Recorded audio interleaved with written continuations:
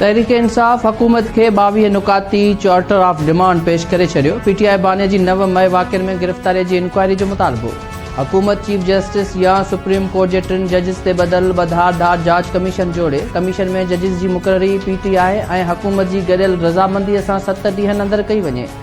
Islamabad high court में rangers ऐं police के दाख़िल थियण ऐं पीटीआई बानी की गिरफ़्तारी बाद 9 मई वाक़िअनि की सीसीटीवी वीडियोज़ की जांच कई वञे।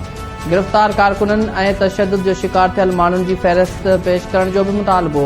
पीटीआई लिखत में मुतालबा पेश करण बाद अडाला जेल में पीटीआई बानी सां ॿीहर मुलाक़ात की दरख्वास्त भी कई। हुकूमती कमेटी चयो त पीटीआई कमेटी की संदन बानी सां मुलाक़ात लाइ रस्तो ठाहिण की कोशिश कई वेंदी।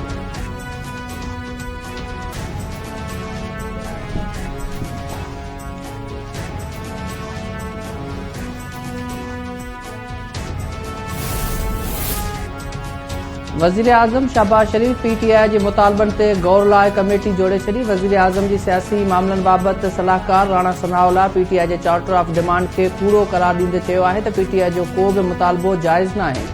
संदन सब मुतालबा पहिरियां ही पूरा थी चुका आहिनि। मुतालबन में पीटीआई वारनि हिक भी गुम थियल माण्हू या मक़तूल कारकुन जो नालो न ॾेई सघिया आहिनि, जंहिंमां साबित थियो त इदारनि ख़िलाफ़ कूड़ी मुहिम हलाई पई वञे।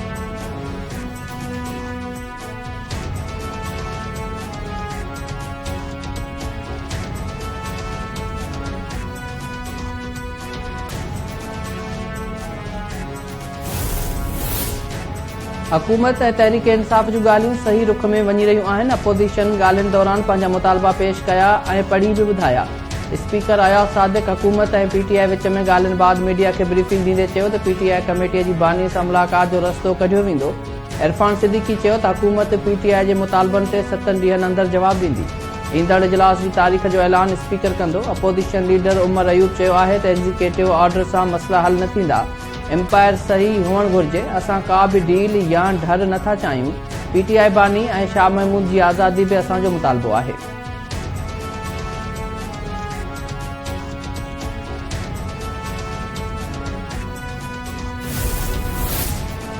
केपी के वडे वज़ीर अली अमीन खां पोइ पीटीआई चेयरमैन बैरिस्टर गोहर बे आर्मी चीफ से मुलाक़ात करण की तस्दीक करे छड़ी।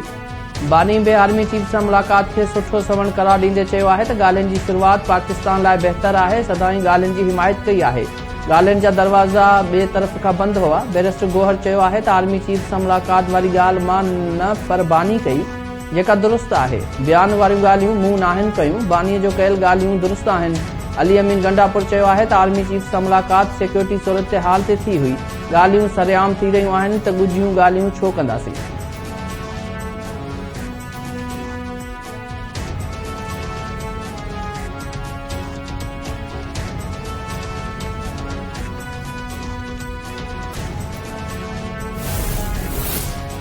वफाकी वज़ीर एहसन इकबाल चयो आहे त बैरिस्टर गोहर ऐं अली अमीन गंडापुर की आर्मी चीफ सां मुलाक़ात बाबत ॼाण न आहे। आर्मी चीफ सां अहिड़ी मुलाक़ात लाइ वज़ीर आज़म की इजाज़त लाज़मी हूंदी आहे। जेकॾहिं मुलाक़ात थी आहे त उमेद आहे त वज़ीर आज़म की इजाज़त सां थी हूंदी। इस्लामाबाद में मीडिया सां ॻाल्हाईंदे एहसन इकबाल चयो त 2013 खां 2018 ताईं सीपेक में 25 अरब डॉलर की सीड़पकारी थी। पीटीआई की मनफी प्रोपेगेंडा सबब सीड़पकार ॿियनि मुल्कनि ॾांहुं मुंतकिल थी विया। संदसि चवण हो त कंहिं भी अमरीकी सिफारतकार कॾहिं भी सीपीएक की मुखालफ़त नाहे कई। अमरीका में ट्रंप हुकूमत सां को भी फ़र्क़ न पवंदो।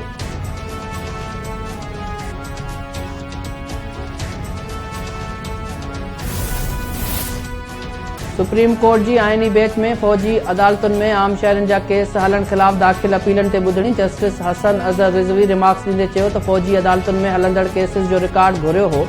अदालत ॾिसणु चाहे थी त मिलिट्री कोर्ट्स में शाहिदनि ते फ़ैसिला कीअं थिया। दिफ़ा वारी वज़ारत के वकील ख्वाजा हारिस चयो त अदालत खे हिक केस जो रिकॉर्ड जाइज़े लाइ ॾेखारियो वेंदो। जस्टिस मोहम्मद अली मज़हर चयो त प्रोसीजर ॾिसणो आहे त छा फेयर ट्रायल वारो असूल फौजी अदालतुनि में पूरो थियो। जस्टिस हसन रिज़वी चयो त अदालत के ट्रायल दौरान पेश कयल शाहिदनि ते बहस नाहे करणो। नेचुरल जस्टिस तहत कंहिंखे ॿुधण बिना सज़ा नथी थी सघे।